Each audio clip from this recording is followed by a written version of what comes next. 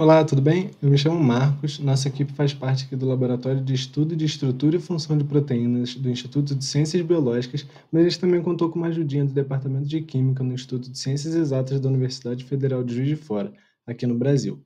Nesse vídeo, eu vou apresentar para você um pouquinho do nosso trabalho, que é uma caracterização e análise dos pigmentos vegetais para incorporação em produtos de consumo humano, focando na espécie Ravenala madagascariensis.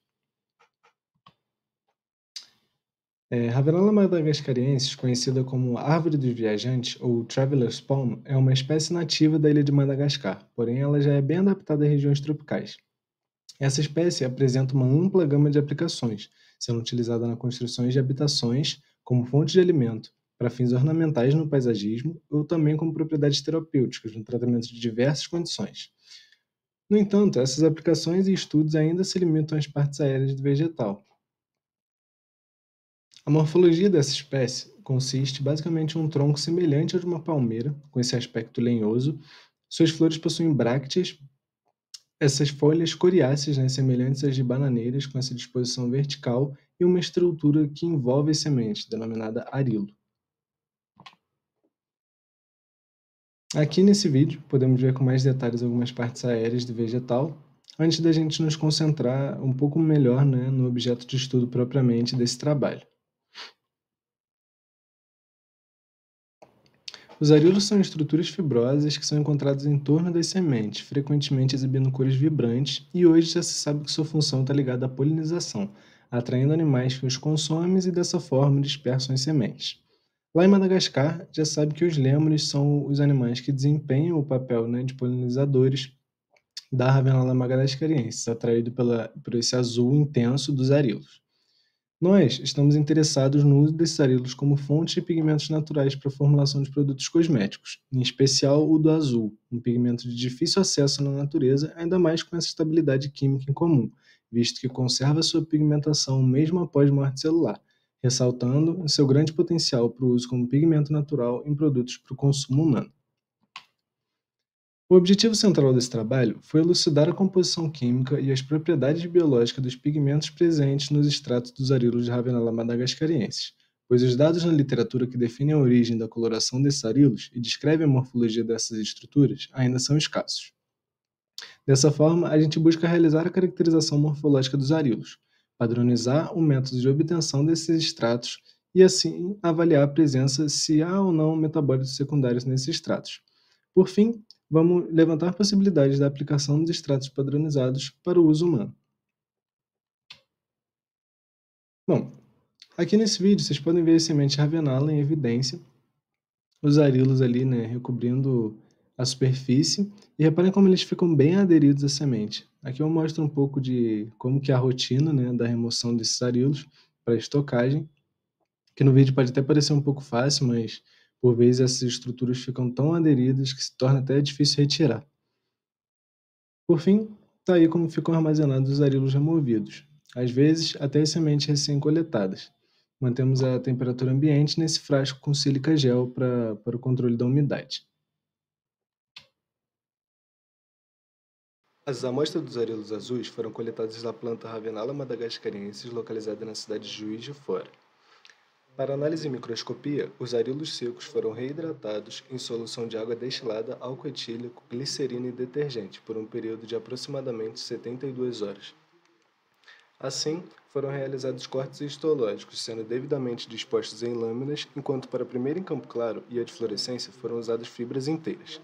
Em A, microscopia óptica de campo claro da fibra do arilo, enquanto em B, a análise de fluorescência por microscopia óptica com utilização de filtro DAP. Esses cortes transversais revelaram a epiderme composta por células alongadas com paredes espessas. A análise de fluorescência levou à identificação da característica fluorescente das amostras em toda a extensão da fibra, despertando interesse no valor agregado ao utilizar extratos de arilos como pigmentos, porque além da sua cor natural, eles também podem conferir fluorescência ao produto pigmentado. Em C, temos células sem conteúdo, enquanto em D, células com conteúdo. Observando em EP, na epiderme e nas setas, espessamento das paredes das células parenquimáticas e na cabeça da seta, paredes celulares finas nas células do parênquima. Usamos o microscópio eletrônico de varredura para examinar os aspectos morfológicos e a composição química dos arilos, através da espectrometria de dispersão de energia EDS acoplada ao próprio MEV. Foram analisadas fibras de arilos azuis ainda aderidas às sementes, sem nenhum tipo de tratamento prévio, assim como material liofilizado.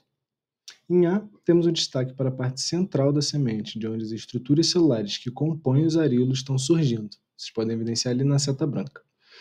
Em B, aumentou o foco na inserção dos arilos à semente, observando de novo essas estruturas celulares que compõem os arilos surgindo ali. Em C, por último, os aspectos das células que compõem os arilos, em maior aumento.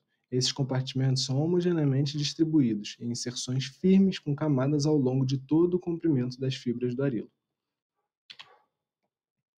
Analisando já a composição química dos arilos, a gente notou que as amostras in natura consistiam de aproximadamente 86% de carbono, 11% de oxigênio e apenas 3% de silício.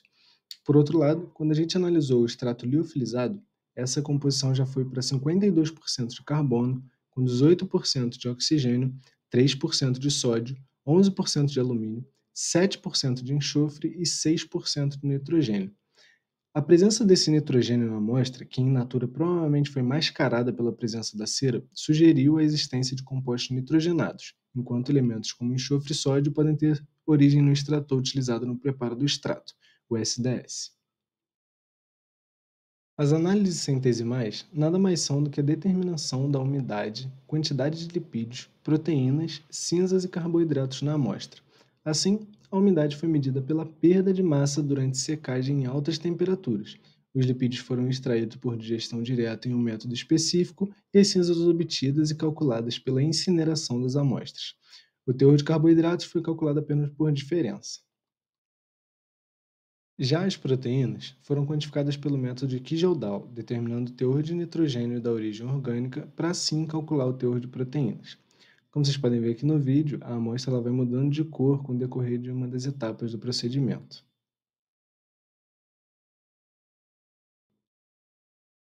Aí então partimos para as análises fitoquímicas.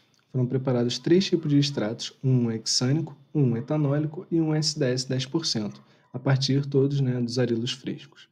Após 24 horas de maceração e centrifugação, os sobrenadantes foram coletados e os extratos secos e armazenados. Essa análise buscou identificar diversas classes de metabólitos secundários, incluindo alcaloides, triterpenos, esteroides, cumarinas, compostos fenólicos e flavonoides, antraquinonas, saponinas e taninos. Nessa imagem aqui você podem ver os extratos, sendo RH o extrato em hexano, RE o extrato em etanol e o RSDS o extrato em SDS. A avaliação fitoquímica não identificou presença de metabólitos secundários que pudessem ser responsáveis por essa cor azul observada nos arilos, resultando negativo para triterpenos, esteroides, antraquinonas, saponinos e taninos. As análises de flavonoides e fenóis também resultaram em resultados negativos, afastando a possibilidade de que essa cor pudesse ser devida a antocianinas. Não foi possível detectar qualquer indício da presença do metabólito cumarina, usando fases móveis e padrões específicos. No entanto, resultados de outros ensaios posteriores indicaram negativo para a presença deles. Cabe ressaltar que essa positividade encontrada para os alcaloides pode ser uma reação cruzada, dada a limitação da técnica usada, considerando a presença de proteínas na amostra. Para saber melhor, foi empregada a técnica de cromatografia de camada delgada, a CDD, visando a detectação de cumarinas, peptídeos e a atividade antioxidante nas amostras.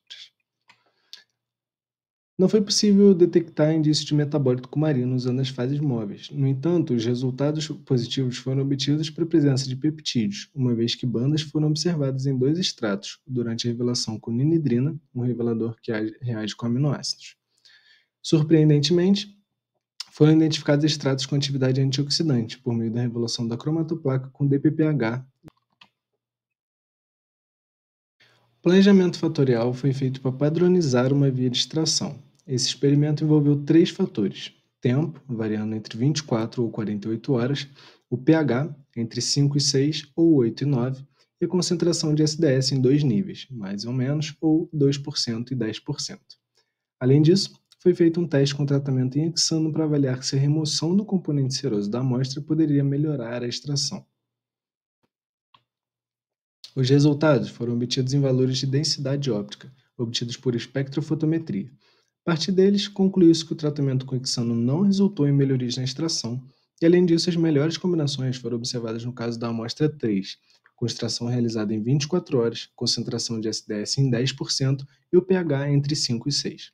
Dessa forma, não foi identificada uma influência significativa da variável tempo, uma vez que a variação entre os níveis baixo e alto de tempo, mantendo as outras variáveis constantes, não produziu mudanças substanciais nas respostas observadas. O conteúdo proteico da amostra foi avaliado por meio de eletroforese em gel desnaturante, para determinar a massa molecular relativa desse componente na amostra. O procedimento foi realizado em sistema horizontal, usando um gel pré-fabricado contendo SDS. Esse gel é conduzido por uma voltagem de 140 volts a 60 minutos. Posteriormente foi fixado e corado, e comparando as bandas no gel com um padrão reconhecido, foi possível estabelecer o tamanho da proteína em 14,03 kDa. Bom, alguns dos obstáculos encontrados para detectar a presença do nitrogênio ou das ligações peptídicas estavam ligados ao alto teor de polissacarídeos e ceras nessas estruturas. Existem diversas etapas a serem continuadas, como a padronização da qualidade dos pigmentos, assim como a regulamentação do uso em produtos para o consumo. Por fim, as perspectivas futuras são positivas, com a possibilidade de novas aplicações e descobertas na área, assim como o desenvolvimento de patentes cosméticas ou até mesmo incorporação em farmacêuticos. Bom, aqui realizamos uma caracterização detalhada e uma análise profunda do pigmento azul encontrado nos arilos da planta Ravenala madagascarensis.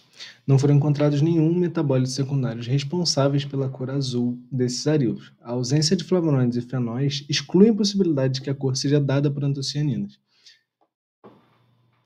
Ainda assim, a amostra tem atividade antioxidante e tem presença de peptídeos.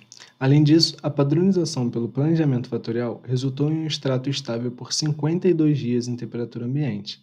Assim, a identidade e a potencial aplicação dessa proteína-alvo do trabalho ainda permanecem em dúvida, necessitando de ensaios complementares para sua completa elucidação da sua identidade. Por fim, era isso. Gostaria de agradecer por todos os participantes desse projeto, assim como por todas as entidades de fomento que puderam tornar esse trabalho possível. Desde já, muito obrigado a sua atenção e até a próxima.